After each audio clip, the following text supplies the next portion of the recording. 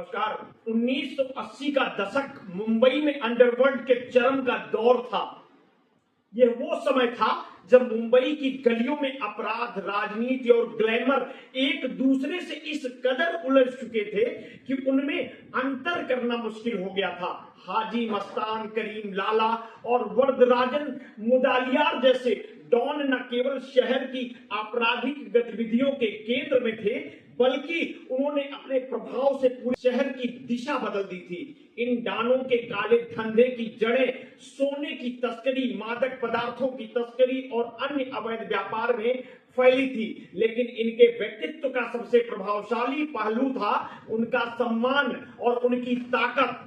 हाजी मस्तान, जिनकी सादगी और सख्त नियमों के कारण उन्हें गैंगस्टर विथ ए हार्ट भी कहा जाता था, ने कभी खुद को अपराधी के रूप में नहीं देखा। उनके लिए तस्करी एक धंधा था और उनकी नजर में सम्मान सबसे महत्वपूर्ण था। मस्तान का जुड़ाव फिल्म इंडस्ट्रीज में भी था और उन्होंने खुद को फिल्म निर्माता के रूप में भी पेश किया। उनकी जिंदगी के अनगिनत किस्से मुंबई की गलियों में आज भी गूंजते हैं। साइकिल मरम्मत करने वाले लड़के से लेकर मुंबई के सबसे बड़े माफिया डॉन बनने तक का उनका सफर जितना रोचक है उतना ही दिलचस्प है उनका सफेद पोस्ट बनने का संघर्ष।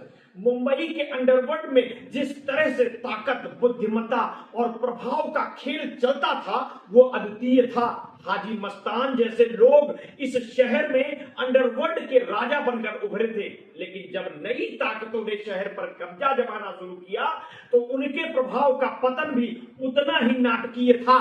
ये दौर न केवल अंडरवर्ल्ड की कहानी कहता है, बल्कि एक पूरे शहर की सामाजिक और राजनीतिक दिशा भी बदलने का मादा रखता है। बीबीसी की एक रिपोर्ट के अनुसार वर्ष 1980 के जून महीने का एक दिन मुंबई के सबसे अमीर इलाके में एक पैडर रोड के एक बंगले के लोहे के गेट से एक काली मर्सिडीज कार निकली। उस समय तेज बारिश हो रही थी। कार को गेट से बाहर जाते उस बंगले की बालकनी पर खड़ा एक शख्स देख रहा था। वो थोड़ा परेशान सा था। उसने अपनी सफेद कुर्ते की जेब में रखे 555 सिगरेट के पैकेट से एक सिगरेट निकालकर सुलगा ली। 2 घंटे और 7 सिगरेटों के बाद वही मर्सिडीज कार वापस उसके घर के गेट में घुसती दिखाई दी। कार के ड्राइवर ने तेज बरसात के बावजूद लपक कर कार का पिछला दरवाजा खोला। कार में एक 70 साल की बुजुर्ग महिला उतरी। उस महिला का नाम था जेनाबाई दारूवाली और उस घर के मालिक का नाम था हाजी मस्तान।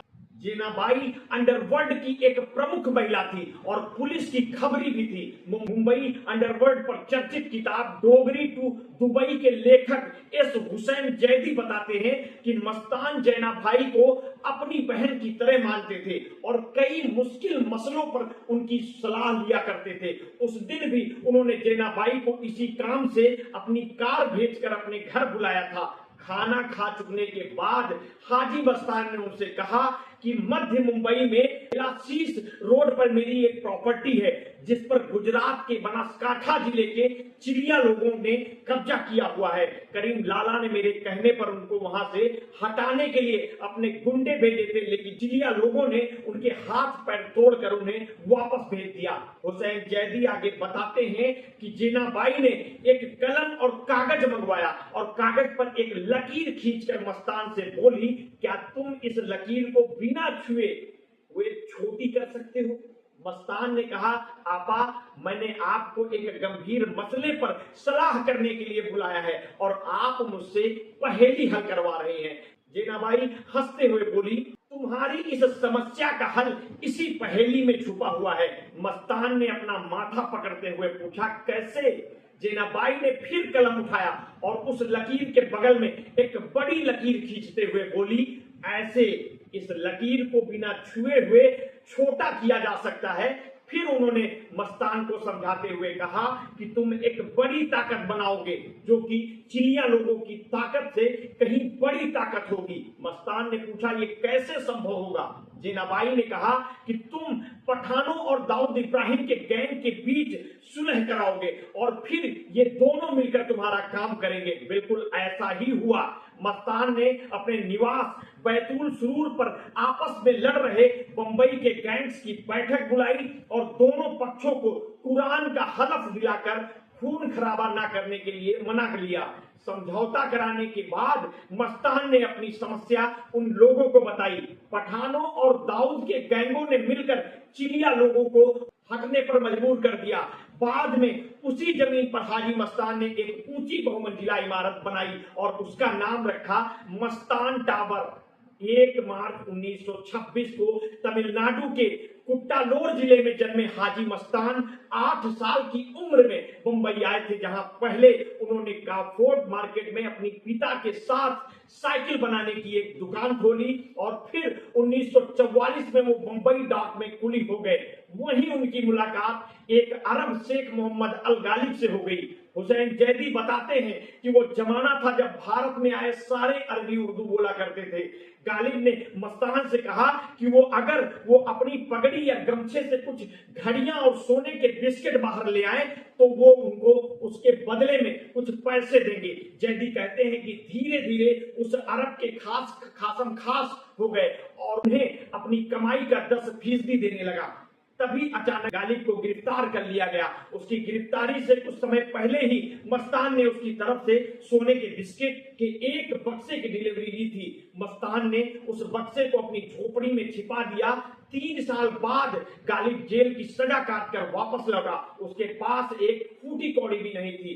मस्तान गालिब को मदरपुरा की एक झोपड़ी में ले गए, जहां उन्होंने उसे वो सोने का बिस्किट से भरा लकड़ी का बक्सा दिखाया जो अभी तक खोला तक नहीं गया था और उनके पास सुरक्षित था। जैदी बताते हैं कि गालिब सोने के बिस्किट से भरा बक्सा देखकर अवाक रह गया। गालिब ने पूछा, तुम चाहते तो इन बिस्कुटों को लेकर फरार हो सकते थे। मस्तान ने जवाब दिया, मेरे पिता ने मुझे सिखाया था कि तुम हर एक से बच सकते हो लेकिन ईश्वर से कभी नहीं। ये सुनते ही गालिब की आंखों में आंसू आ गए। उसने कहा कि मैं इस बक्से को तभी स्वीकार करूंगा अगर तुम इसको बेचकर मिलने वाली रकम का आधा हिस्सा मुझसे लोगे और इस पैसे में मेरे पार्टनर बन जाओगे। मस्तान ने इसके जवाब में अपना हाथ गालिब के सामने बढ़ा दिया। सोने की बिस्किटों के इस बक्से ने हाजी मस्तान की जिंदगी बदल दी और वो रातों रात लखपति बन गए। उन्होंने अपनी नौकरी छोड़ दी और तस्करी को अपना फुल टाइम पेशा बना लिया।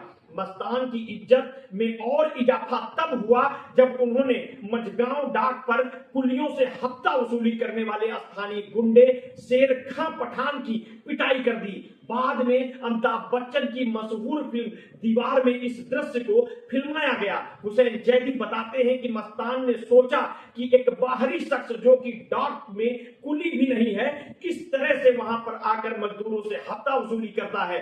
अगले शुक्रवार को जब शेर खां हफ्ता वसूलने वहां पहुंचा तो उसने पाया कि हफ्ता देने वालों की लाइन से 10 लोग गायब हैं। थोड़ी देर बाद इन्हीं लोगों ने डंडे और लोहे की राड से शेर खां और उसके आदमियों पर हमला कर दिया और उनको पीट पीट कर भगा दिया।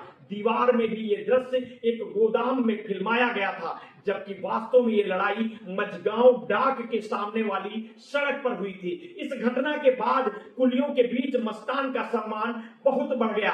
बंबई के नामी डॉन होने के बावजूद हाजी मस्तान ने खुद कभी पिस्टल नहीं पकड़ी और ना ही अपने हाथ से कभी गोली चलाई। उन्हें जब भी कभी ऐसे काम की जरूरत होती तो उन्होंने एक दूसरे गैंगस्टर वरदराजन मुदालियार को और करीम लाला का सहारा लिया। वर्दा की भी मस्तान की तरह तमिल था और वर्सोवा, वसई और बिरार इलाके में पैठ रखता था। वर्दा से हाजी मस्तान के संपर्क में आने की भी एक दिलचस्प कहानी है। हुसैन जैदी बताते हैं, स्मगलर को जरूरत होती है उन लोगों की जो उसकी तरह से मारपीट कर सकें और माल इधर से उधर ले जाने में मदद कर सकें। एक बार वर्दा को कस्टम डाक इलाके के एटीना चुराने के आरोप में पुलिस ने गिरफ्तार कर लिया। पुलिस वालों ने कहा कि अगर उसने चोरी के माल को बरामद नहीं करवाया तो वो उसकी पिटाई करने के लिए मजबूर हो जाएंगे। वर्दा आजम मैदान लाकअप में ये सोच ही रहा था कि अब क्या किया जाए कि एक सफेद सूट पहने शख्स जिसकी उंगलियों में 555 की सिगरेट फंसी हुई थी सीधे शिकंजों की तरफ बढ़ाया। उसे किसी पुलिस वालों ने नहीं रोका। मस्तान ने वर्दा के बिल्कुल नजदीक आकर तमिल में कहा, वड़क्कम थलाइवार, यानी नमस्कार मेरे मालिक। वरदराजन मस्तान का यह संबोधन सुनकर आश्चर्यचकित हो गया। उसने सपने में भी नहीं सोचा था कि एक इज्जतदार सेठ उस जैसे गुंडे को इतनी इज्जत देगा। मस्तान ने उससे तमिल में ही कहा, चुराए हुए माल को वापस कर दो, मैं ये सुनिश्चित करूंगा कि तुम बहुत पैसा कमाओगे। वर्दा इस प्रस्ताव को अस्वीकार नहीं कर पाया। वर्दा को जेल से तुरंत रिहा कर दिया गया और उसके बाद से मस्तान के सभी डर्टी काम करने। 80 का दशक आते आते मस्तान की ठसक में काफी कमी हो गई थी, लेकिन तब भी उसके बारे में लोगों के बीच तरह तरह की कहानियां फैली हुई थी, जो कि जाहिर है कि सच नहीं थी। मस्तान को नजदीक से जानने वाले मशहूर उर्दू पत्रकार खालिद जाहिद जब वो एक बार हाजी मस्तान के साथ बनारस गए थे, तब एक दिलचस्प किस्सा सुनाते हैं। वे कहते हैं कि हम लोग दाल मंडी इलाके में एक सस्ते से होटल में ठहरे हुए थे। तभी लोगों को पता चला कि वहां हाजी मस्तान आए हुए हैं। मिनटों में ही वहां करीब 3000 लोग जमा हो गए। मैं पत्रकार था, मैंने सोचा मैं क्यों ना नीचे उतरकर लोगों को बीच जाकर ये जानने की कोशिश करूं कि वो हाजी मस्तान के बारे में क्या सोचते हैं। वहां लोगों ने मुझे बताया कि हाजी मस्तान एक ऐसे बंगले में रहता है जिसमें 365 दरवाजे हैं। हर रोज वो एक नए दरवाजे से बाहर निकलता है, जहां एक कार उसका इंतजार करती है। वो सिर्फ एक बार उस कार का इस्तेमाल करता है और उसे बेचकर मिलने वाले पैसों को गरीबों में बांट देता है। वास्तविकता ये थी कि मस्तान उस समय 15 साल पुरानी फिएट कार इस्तेमाल कर रहे थे। उनके पास बंगला जरूर था, लेकिन इतना बड़ा नहीं जिसमें 365 दरवाजे हों।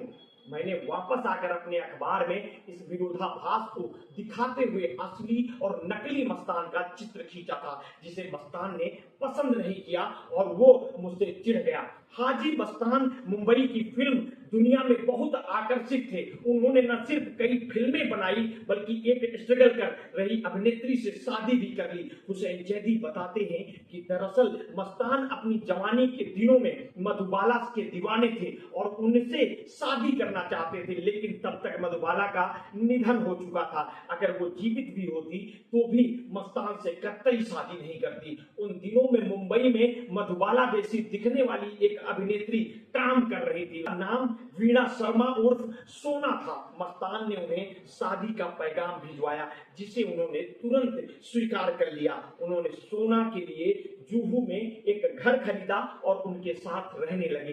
धीरे धीरे मस्तान ने मुंबई के वीवीआईपी सर्किल में जगह बना ली और लोग उनके तस्करी वाले दिनों को भूलने लगे। हाजी मस्तान की पहली पत्नी से 3 बेटियां थी। बाद में उन्होंने एक शख्स सुंदर शेखर को गोद ले लिया। सुंदर शेखर बताते हैं फिल्मी दुनिया के कई लोग बाबा के निकट थे। उनमें से प्रमुख थे राज कपूर, दिलीप कुमार और संजीव कुमार। दीवार बनने के दिनों में उसके लेखक सलीम और अमिताभ बच्चन बाबा से अक्सर मिलने आया करते थे, ताकि वो उस किरदार की गहराई तक जा सके। बाबा के बाल हमेशा पीछे की तरफ मुड़े होते थे। अगर कोई उनसे अंग्रेजी में बात करता था तो उससे बार बार या कहा करते थे कि 80 के दशक की शुरुआत में हाजी मस्तान की ताकत में कमी आना शुरू हो गई थी, क्योंकि मुंबई अंडरवर्ल्ड में नई ताकतें भरना शुरू हो गई थी। खालिद जाहिद बताते हैं कि उनके बीच कई नए गैंग तैयार हो चुके थे और उनकी कदर कीमत बहुत ज्यादा बढ़ गई थी। मैं उन लोगों के नाम नहीं लेना चाहता, लेकिन इन नए गैंग्स ने हाजी मस्तान की प्रासंगिकता को बिल्कुल कम कर दिया था। 1947 में इंदिरा गांधी ने हाजी मस्तान को पहली बार मीसा के अंतर्गत गिरफ्तार करवाया था। 1975 में आपातकाल के दौरान भी हाजी मस्तान को शिकंजों के पीछे रखा गया।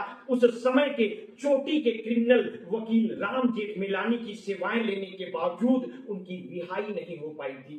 जेल से छूटने के बाद जयप्रकाश नारायण से मुलाकात हुई थी और इसी वजह से उनका राजनीति में आने का मार्ग प्रशस्त हुआ और उन्होंने दलित मुस्लिम सुरक्षा महासंघ नाम की एक पार्टी भी बनाई, लेकिन ये पार्टी खास नहीं कर सकी। हुसैन जैदी कहते हैं कि हर अपराधी एक स्टेज के बाद सफेद पोश बनने की तमन्ना रखता है। हाजी मस्तान भी इसके अपवाद नहीं थे। उन्होंने एक पार्टी बनाई जिसके बारे में उनकी सोच थी कि वो एक दिन शिवसेना का स्थान ले लेगी, लेकिन ऐसा नहीं हुआ।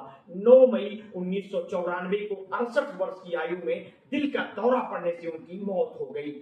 हमेशा फिल्मी हस्तियों के इर्द गिर्द घूमने वाले मस्तान की मौत पर सिवाय मुकरी के किसी फिल्म हस्ती ने उनके घर पर जाकर शोक नहीं व्यक्त किया। मिलते हैं किसी अन्य स्टोरी के साथ। आपने अगर अभी तक हमारे चैनल को सब्सक्राइब नहीं किया है तो तत्काल कर लीजिए, बेल आइकन दबाना ना भूलिए। अपने स्वास्थ्य के प्रति सचेत रहिए, सजग रहिए, अपना ध्यान रखिए। बहुत बहुत धन्यवाद। साधुवाद।